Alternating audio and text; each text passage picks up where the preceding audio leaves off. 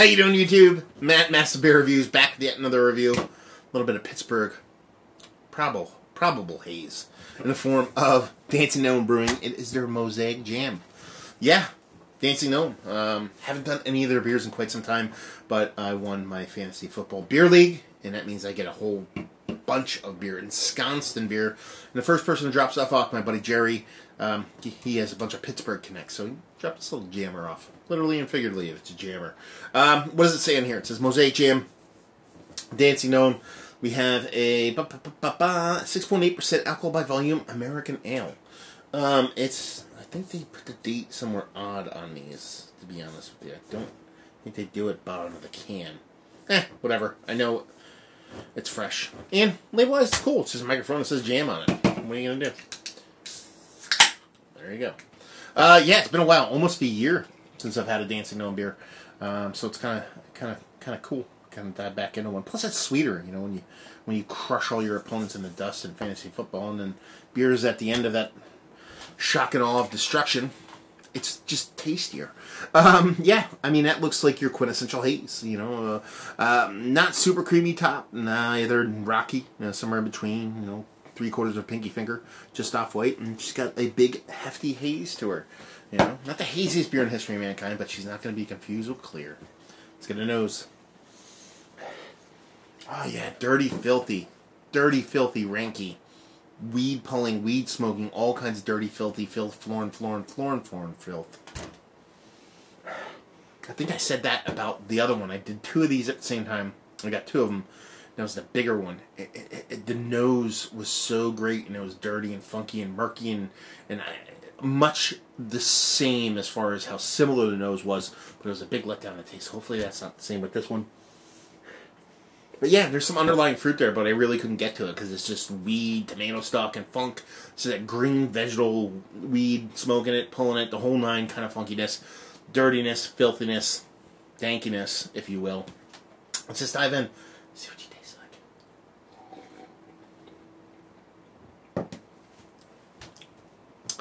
Yeah, it's not too bad. It's much the same as the other Dancing Gnome that I did, which is their Infinite Highway or Infinity Highway or something like that. I still have the can floating around. Did it last night. But anyway, much the same. You're getting a lot of those notes. You're getting that dirty, funky, great kind of green vegetables kind of funkiness. But it's a bit more muted than what the nose led you to believe. You thought it was going to be a bit bigger. It's not. It's not as stark of a difference. This nose is probably a little bit below what that other one was, which was an Imperial IPA. And this taste is probably a little bit above what that Imperial IPA was. So that gap is smaller, but there's still a little bit of letdown on the nose. But you are getting that nice, weedy, kind of vegetal, kind of green, kind of funkiness to it. It's got a nice mouthfeel to it. Not the creamiest beer in the history of mankind. Nice. But it does have that kind of seltzer water carbonic acid kind of thing going on with its carbonation. And again, just the same, not to keep banging on that other one, but much the same as that carbonic acid thing kind of knocks down a lot of the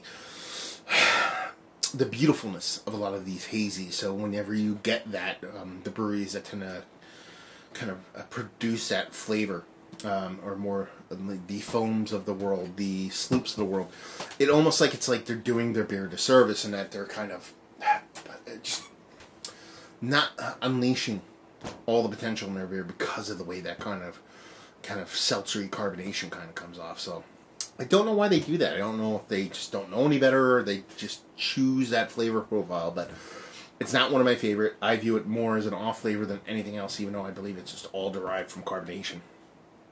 If you were to strip that from this beer, I think this beer would be world-class, amazing, super awesomeness. But it, as it stands, is just tasty stuff. It's a smaller beer, so it's a little bit less offensive, I believe. But yeah, I like it. I dig it. It's fun. The nose is killer. It follows decently in the taste, but it just doesn't show as much as it should based on how vibrant that nose is. So anyway, let's talk about it. Is it one of the better IPAs that I've had as of late? You know, on the edge. You know, I don't want to put it in, but I definitely don't want to put it out. The nose is so fantastic. It does deliver enough in the nose to tickle me pink, but again, that kind of seltzery carbonic acid thing doesn't really work for me. Value and availability, No idea. It's Dancing Gnome. Brewery only, probably. I'm guessing anywhere from $15 to $20 for a 4-pack, and leave you with, if you like what, will you like this? If you like foam, sloop, Dancing Gnome, you're going to get those kind of beers. So if you dig those beers and that kind of what I consider an off flavor is not something that really kind of irks you, then this is probably going to do you super proud. So there you go. Another review in the books. Down there if you want to talk about it. Massive Beers if you want to check me out doing the social media stuff. Beer Massive if you want to check me out doing the whole podcasting thing. And hopefully you guys enjoyed the review. Hopefully enjoying a nice little Dancing Gnome jammer right now. And hopefully see you next time. Cheers.